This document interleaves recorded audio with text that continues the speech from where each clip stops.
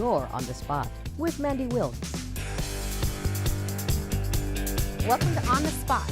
I'm Mande Wilkes. Last week I mentioned an event I'm planning called Confront the Slumlord.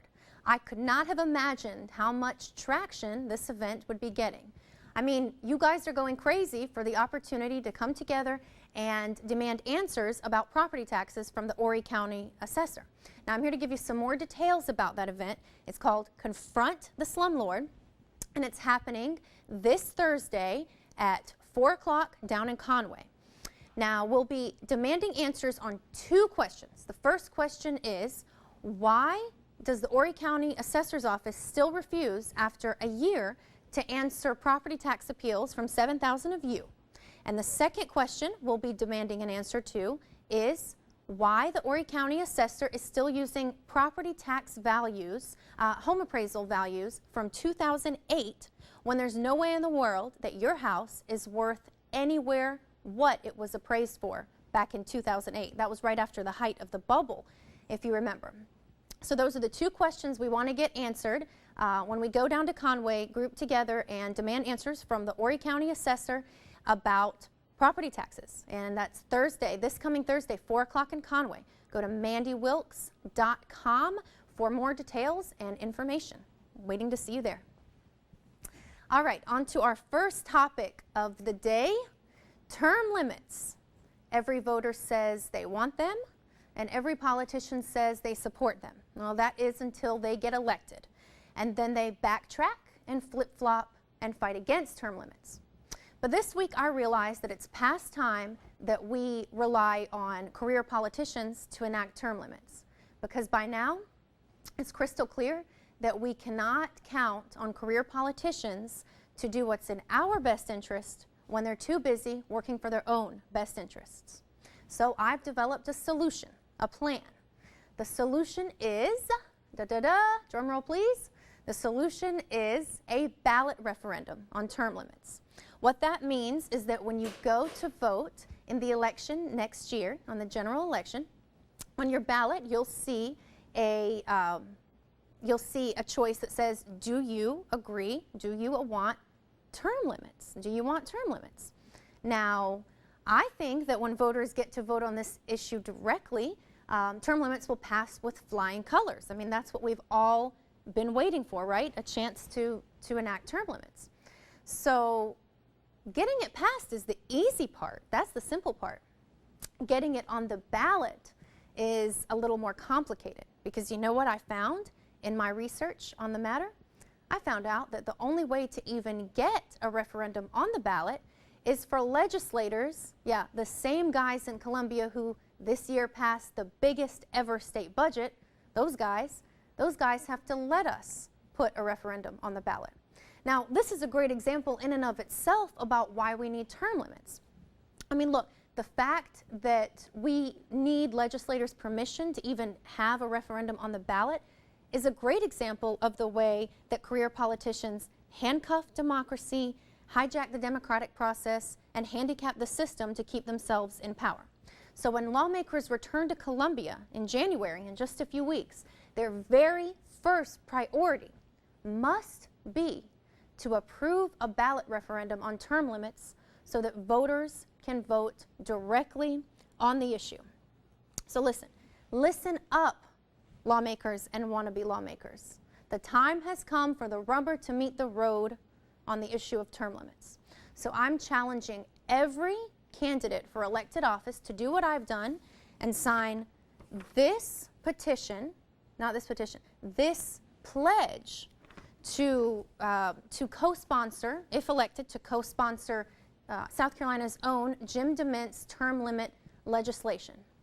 And I'm also challenging every candidate for elected office to join in my call for Columbia legislators to allow voters to directly vote on term limits. So I'm calling for every person who's running for office to join me and say, hey, Columbia legislators, approve this ballot referendum, let voters vote directly on term limits.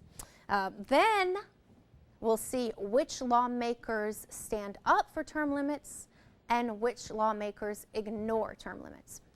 And then when it comes voting time, we'll know which officials are in it for themselves and which are in it for us. All right, speaking of being in it for yourselves, Occupy Wall Street. And Occupy Wall Street has made a movement out of drawing pity and attention to the quote-unquote 99%. The 99% who Occupy Wall Street leaders say is destitute beyond belief. But guess what?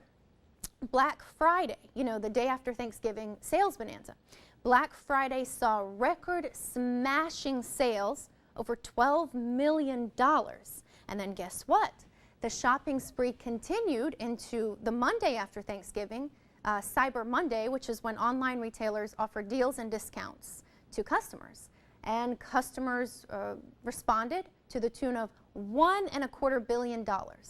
So that's almost $14 billion spent just so far on the Christmas season. Now, you always hear me say the bottom line is the bottom line. And in this case, the bottom line shows beyond a doubt that Occupy Wall Street is fabricating hardship. Now, if Americans were as destitute as Occupy Wall Street says they are, then we wouldn't see these record-smashing Black Friday sales. So what I think Occupy Wall Street is doing, and successfully doing, is politicizing poverty. Now, by politicizing poverty, by turning poverty into a liberal talking point, this is the irony of it, what Occupy Wall Street is doing is exploiting those who are truly poor, just like the 20% of you all out there in Horry County who do really live in poverty. You know, what Occupy Wall Street is doing by politicizing poverty reminds me of the story, The Boy Who Cried Wolf. Remember that fable? The moral of that story was, don't exaggerate hardship, because one day things might be as hard as you're saying they are now. And when that day comes, nobody's going to believe you. Now, I'm not knocking Occupy Wall Street just because I'm a fiscal conservative and most of them are fiscal liberals. I actually think that Occupy Wall Street has real value as a movement if only the leaders of the movement would stop with the exaggeration and hyperbole. Because if Black Friday sales number are any indication, and I'm quite sure that they are, Occupy Wall Street is a fabrication intended to exploit the poor for political gain. And as a compassionate conservative myself, I'm not going to let that go unanswered. And I'll be right back. Welcome back to On the Spot. Earlier this week, I spoke to two of South Carolina's most influential political groups. The first was the USC College Republicans, and the second, the Columbia Tea Party. Now, together, these two groups represent South Carolina's best and maybe last hope for change. And after speaking to these groups, that's what I got. Hope. Hope for this country and hope for this state. And hope for the party, the Republican Party as well. And that's what I want to share with you all a little bit today, the hope that I got from speaking with the USC College Republicans and the Columbia Tea Party. Now, the College Republicans in particular are a great channel for change for the party because they're the future of the party. In the same way that young liberals were able to mobilize and change the face of the Democratic Party by electing Obama, so too can young conservatives come together to rally the Republican Party and revive conservatism. Now, what I saw when I spoke to these young Republicans at USC is a group of really excited conservatives who see that the party has gone wrong and they're determined to set things straight. And what else I saw was a bunch of young conservatives who see the majority of elected Republicans for what they are, which we have to admit, we have to just keep it real here. Most elected Republicans are cowards who run as Republicans and then lead like liberals. You know, for too long the Republican Party has stagnated because of that, and right now it's going to take young people to kind of get it moving again.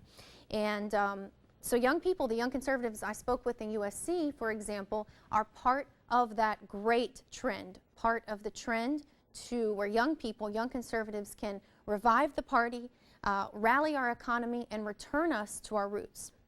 And that's the really great irony that I see in all of it, is that it's going to take our young people to remind us of our roots.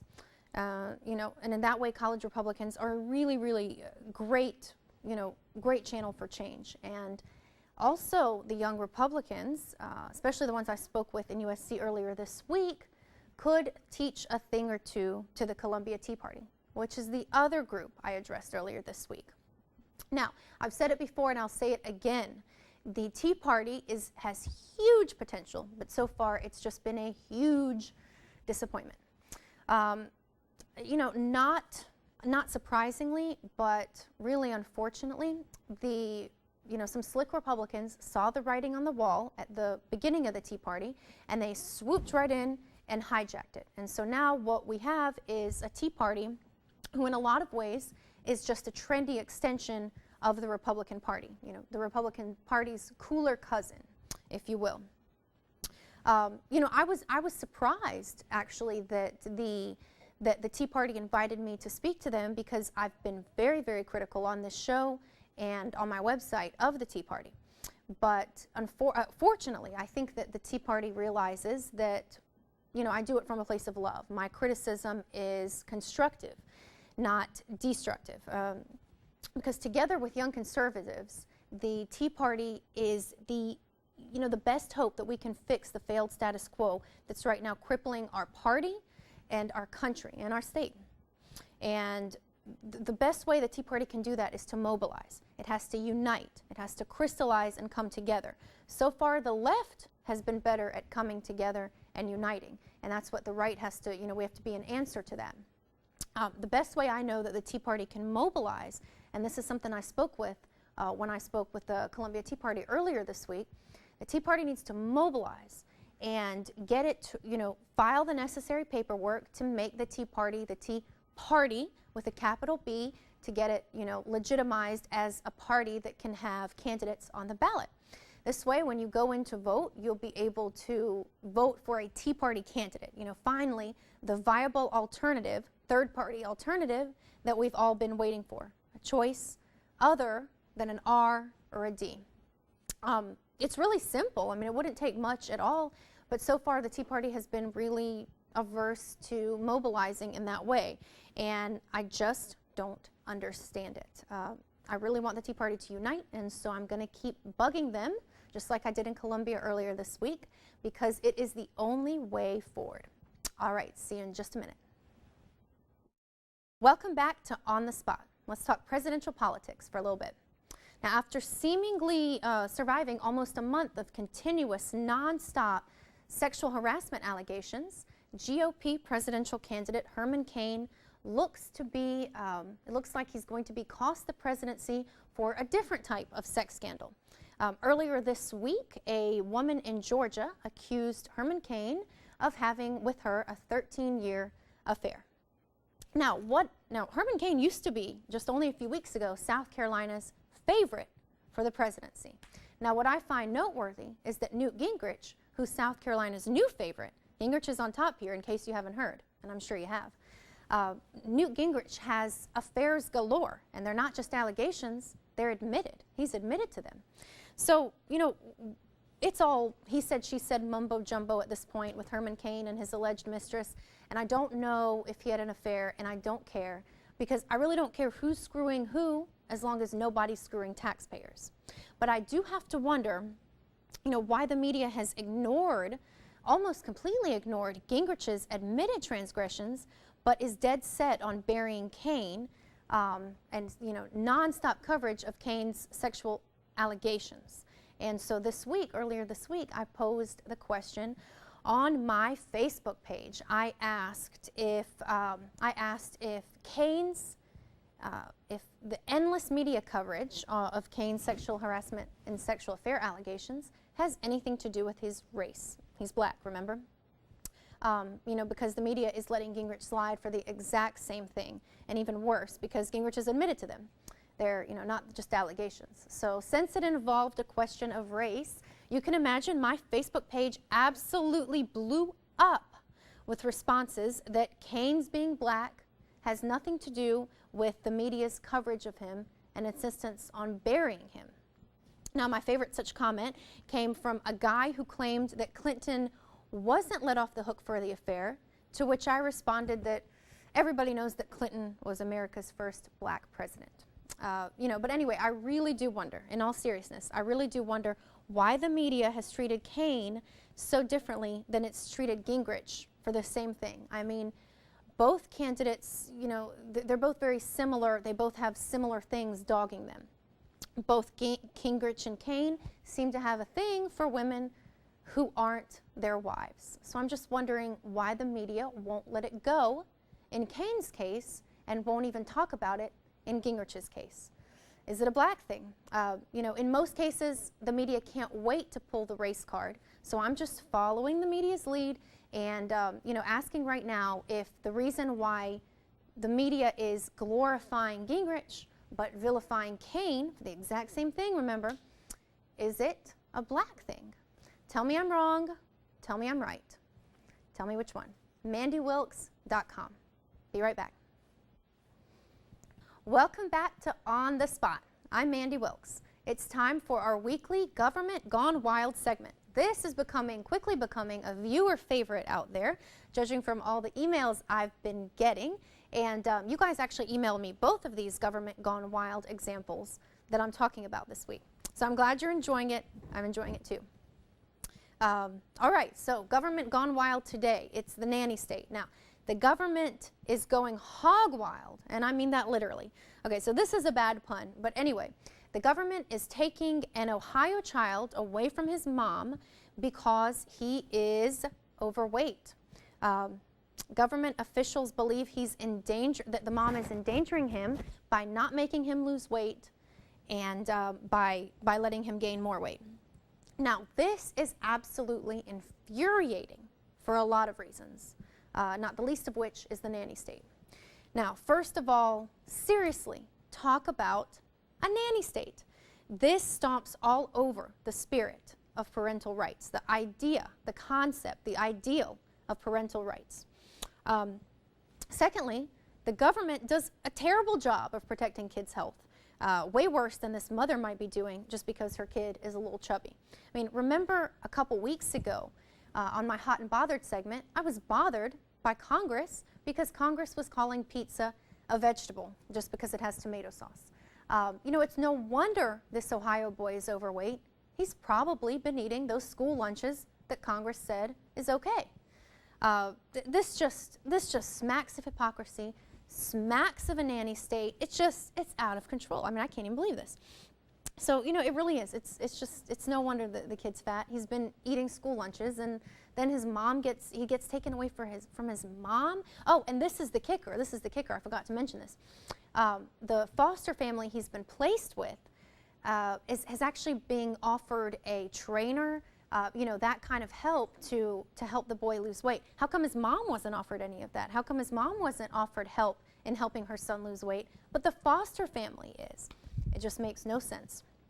All right, and in other nanny state news, the government has gone wild in Kansas over a silly little tweet from a high schooler named Emma Sullivan. Emma Sullivan was at a kind of a get-together with the governor of her state, Kansas. His name is Sam Brownback. He is a well-known social conservative, very, very hardcore. Emma Sullivan was upset with the governor because he had cut off funding for the arts, and that left Kansas as the only state in the whole country without a state arts program. Talk about family values, right? Anyway, so the Emma Sullivan posted on Twitter something about the governor sucks. That's it. And guess what happened?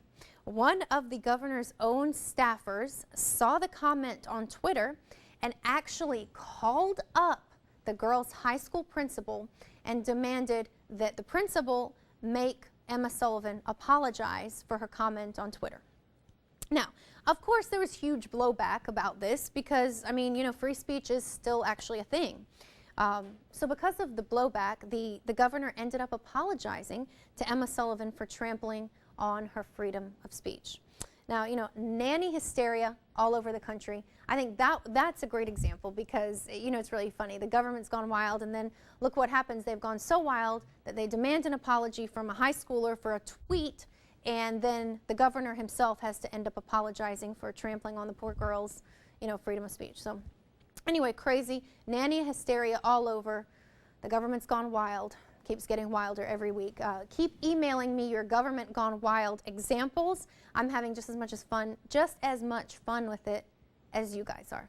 All right, MandeWilkes.com. Email me how you see the government going wild. Thank you. Be right back. Welcome back. I'm hot and I'm bothered, and it's not just because you decided to turn me on in your living room this morning. Today I'm hot for Siri, who's not even a real woman, but the Apple iPhone's robotic question answerer. Now, I really don't know how that works because I still use this old school phone, but apparently what you do is if you have the Apple iPhone, you ask Siri any question you want and she will have the answer for it. Directions, questions, whatever.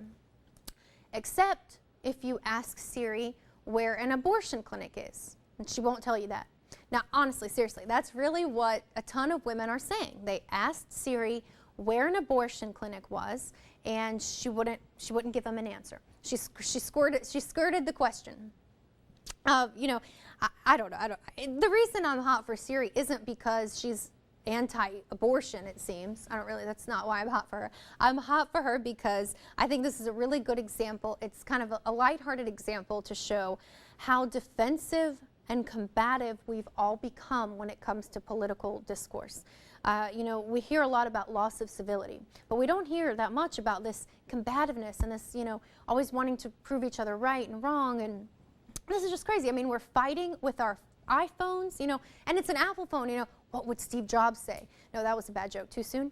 You know, but Siri, after all, is teaching us something, even if it's not, you know, the answer to where abortion clinics are. She's teaching us we need to not be so defensive and combative that we're even combating our phones. And that's what I try to do a little bit on here, on the spot, you know, especially with my Government Gone Wild segment. Try to keep things light sometimes, substantive, but still light enough. And, you know, not be so combative all the time. And speaking of fighting and combat and defensiveness, what's got me bothered is the military's wasteful spending of $42 million and counting down the drain. So far, the military has spent over $42 million, and like I said, and counting, on something that even the military itself admits is ineffective. What I'm talking about is a costly, wasteful, and totally ineffective machine to test the brains of veterans. Now, why are we still using this machine if the military itself says it doesn't work? Well, the answer to that is probably that the machine's developers, you know, the people who are making money, getting rich from this taxpayer boondoggle, are the same people who have a hand in advising the military to use this machine to begin with. Now, last week, you know, I declared a war on war, because endless wars are bankrupting this country and digging us deeper and deeper into debt. And now look, this week we have more waste on account of the military. And you know, what's worst of all here is that the military says that this machine doesn't work, and yet it's still using it. I can't stand this. This is crony capitalism. I mean, the military keeps using a machine that's not doing the job it's supposed to do for its veterans, for the people who served the military. It's crazy. It's crony capitalism, and the people who are getting rich from it are the ones that keep advising the military to use it, even though the military knows it's not working. This drives me crazy. Waste, waste, waste, waste, taxpayer waste, waste on the backs of the taxpayers, and even worse in this case, it's really wasting the veterans' health. It's, you know, sacrificing the health of the veterans for what? For crony capitalism. It's corruption, and it's got me bothered, and I know it's got you bothered too. All right, so that is the hot and bothered segment for this week.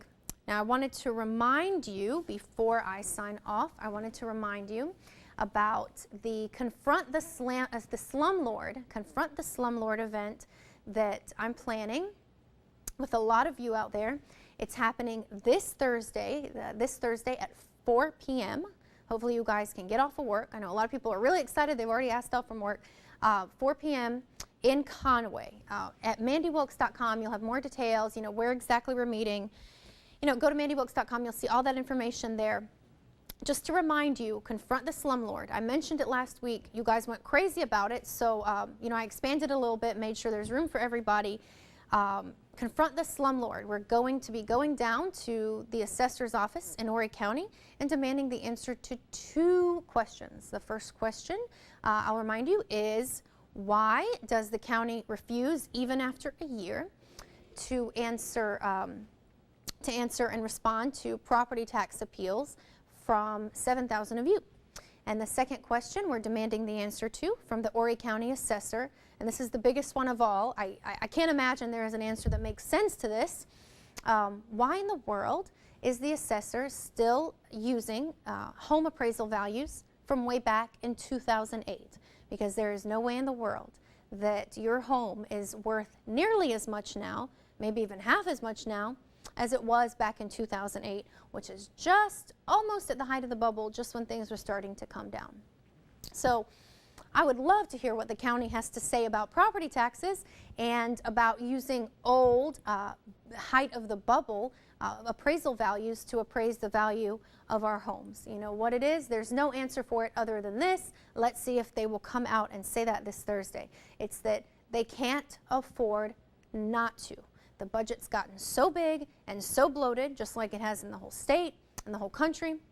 Right here in Horry County, the budget's so big and so bloated that they can't, they don't know how to cut back like the rest of us are having to do, and, appraise values at the actual value and not at some inflated, value that it was worth in '08, but definitely not now. So that is Confront the Slumlord this coming Thursday, 4 o'clock in Conway. I hope to see you there. And again, you can go to mandewilkes.com. There's all the details and information there. That's it for this week's show. Same time, same place next week. Keep turning me on, and I will keep turning you on. And don't forget, go to mandewilkes.com for all the information and details on the Confront the Slumlord event. This is going to be a good one. I think this Confront the Slumlord is, kind of our answer, our little local answer on the local level to, crazy stuff like Occupy Wall Street. So Confront the Slumlord. See you there in Conway, 4 o'clock this Thursday. mandewilkes.com for all the details. See you next week.